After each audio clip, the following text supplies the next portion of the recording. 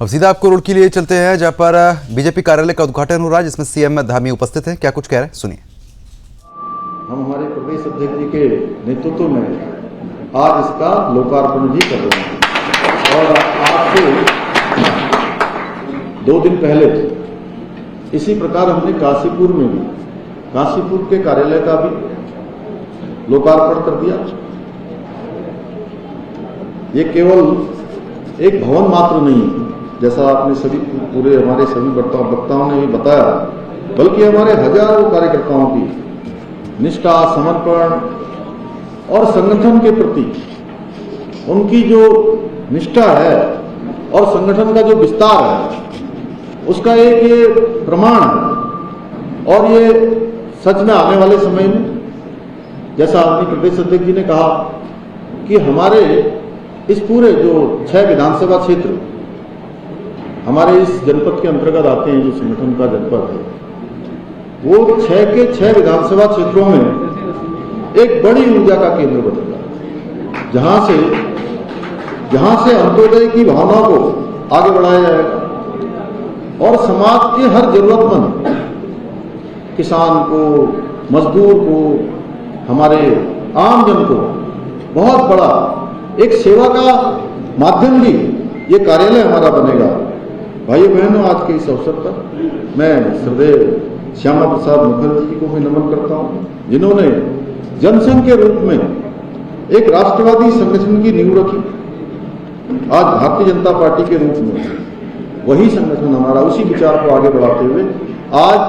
Bharatiya Janata party दुनिया की सबसे बड़ी राजनीतिक पार्टी बन गई है, सबसे बड़ा राजनीतिक दल बन गया है। साथ ही हम सबको, पूरी दुनिया को एकात्म मानववाद का विचार देने वाले, पूरे विश्व को इन्होंने समाज के अंतिम छोर में अंत्योदय का विचार देने वाले, अपनी आदर्श छवि एवं बौद्धिक विशिष्टता से संपूर्ण विश्व में भारत के गौरव को बढ़ाने का काम करने वाले स्वर्गीय अटल बिहारी वाजपेयी जी को भी मैं नमन करता हूं। भाइयों बहन, भारतीय जनता पार्टी का सफर बहुत लंबा है, बहुत संघर्षपूर्ण है। कभी 2 सीटों से शुरू हुई ये यात्रा आज विश्व की सबसे बड़ी राजनीतिक पार्टी के रूप में जा पहुंची है। ये कोई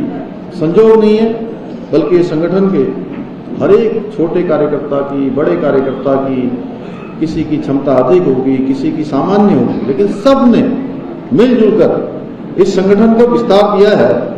और आज आदरणीय प्रधानमंत्री जी के हमारे कुशल नेतृत्व और उनकी दूरदृष्टि का परिणाम है कि भारतीय जनता पार्टी अब केवल पार्टी नहीं, बल्कि उन करोड़ों कार्यकर्ताओं की भावना का नाम है, जो समाज के अंतिम व्यक्ति तक विकास को पहुंचाने का संकल्प लेकर रात दिन काम कर रहे हैं, अथक परिश्रम कर रहे हैं, मेहनत कर रहे हैं, निष्ठा और समर्पण से लगे हुए हैं। मैं गर्व से कहता हूं कि भारतीय जनता पार्टी ही एकमात्र वो पार्टी है जो एक छोटे से कार्यकर्ता को भी सम्मान देने का काम करती है। हमारी पार्टी अनेक ऐसे उदाहरण हैं, यहाँ किसी का मूल्य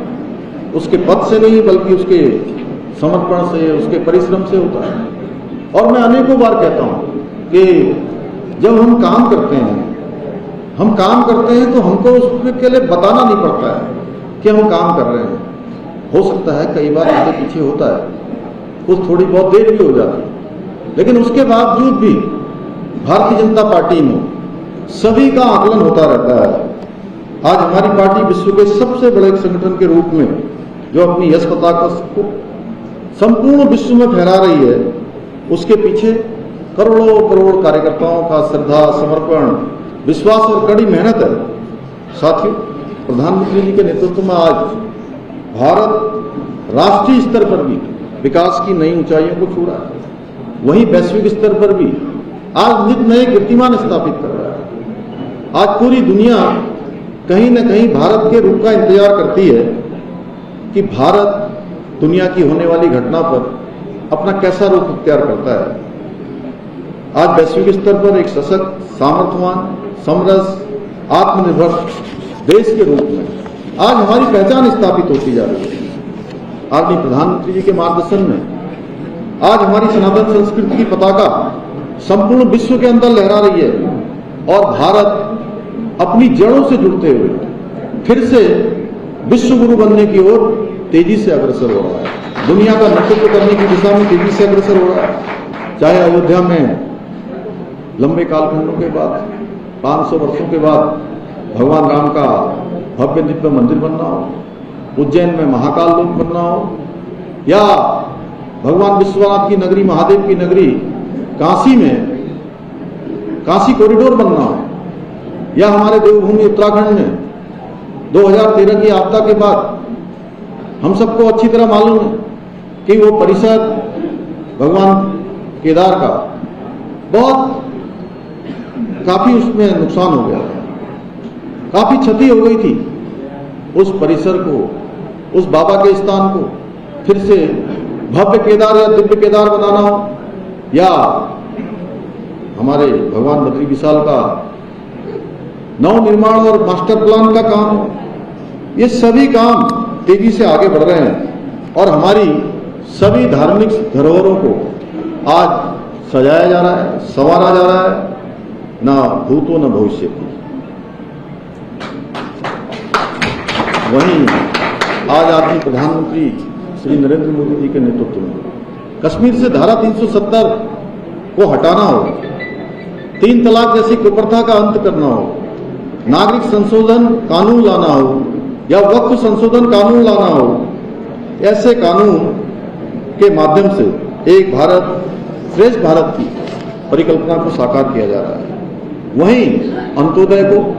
जन जन तक पहुंचाने के लिए, उसके सिद्धांत को पूर्ण करने के लिए जन धन योजना, उज्ज्वला योजना, आयुष्मान भारत योजना, प्रधानमंत्री आवास योजना, मुफ्त राशन योजना जैसी अनेक जन कल्याणकारी योजनाओं के माध्यम से समाज के अंतिम छोर में खड़े हुए व्यक्ति को भी मुख्य धारा से जोड़ने का, उसके जीवन को भी आगे बढ़ाने का कार्य बहुत तेजी से किया जा रहा है। और मोदी जी देश के ऐसे पहले प्रधानमंत्री हैं जिन्होंने मध्यम वर्ग के उत्थान के लिए भी अनेक ऐतिहासिक कदम उठाए हैं। आज जहां एक और मध्यम वर्ग को राहत पहुंचाने के लिए 12,75,000 रुपए तक की आय को कर मुक्त कर दिया गया है,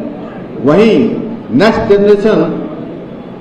जीएसटी सुधारों के माध्यम से न केवल नागरिकों को बड़ी राहत दी गई है, बल्कि स्थानीय उद्योग और व्यापारियों को भी एक नई ऊर्जा और नई गति प्रदान हुई है। साथियों, आदरणीय प्रधानमंत्री जी के मार्गदर्शन में हमारी सरकार ने भी राज्य में कई महत्वपूर्ण नीतियां और योजनाएं सफलतापूर्वक लागू की हैं, जिससे राज्य का चहुमुखी विकास सुनिश्चित हो रहा है। इसी का परिणाम है कि आप सब देखते हैं, कभी आपदा आती है, कभी अन्य प्रकार की चुनौतियां आती हैं। हमें बहुत सारी चुनौतियों का सामना करना पड़ता है। उसके बावजूद भी हमने कई उल्लेखनीय उपलब्धियां हासिल की हैं, नए नए कीर्तिमान स्थापित किए हैं, जिनकी गूंज आज पूरे देश में सुनाई दे रही है। यह हम सभी के लिए गर्व का विषय है कि नीति आयोग भारत सरकार के द्वारा जारी किए गए इंडेक्स में सतत विकास के लक्ष्यों को प्राप्त करने में हमारे राज्य देवभूमि उत्तराखंड को पूरे देश में पहला स्थान मिला है। साथ ही ईज ऑफ डूइंग बिजनेस में भी उत्तराखंड को अचीवर्स स्टार्टअप में रैंकिंग लीडर्स की श्रेणी प्राप्त हुई है। इसके साथ ही हमने बेरोजगारी दर में भी 4.4% की कमी लाकर राष्ट्रीय औसत को भी पीछे छोड़ने का काम किया है। कल ही भारत सरकार द्वारा जारी राज्य खनन तत्परता सूचकांक में भी उत्तराखंड को श्रेणी सी में देश में दूसरा स्थान प्राप्त हुआ है। साथियों, हमारी सरकार राज्य के समग्र विकास के साथ साथ डेमोग्राफी और यहाँ के सांस्कृतिक मूल्यों को संरक्षित रखने के लिए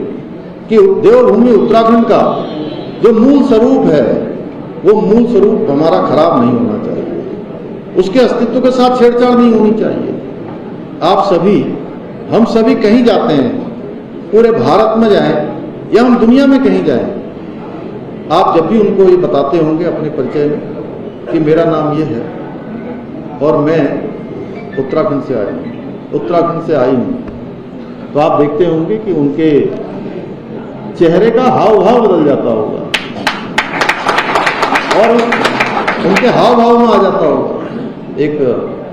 लोग उसमें श्रद्धा से देखने लगते हैं, विश्वास से देखने लगते हैं,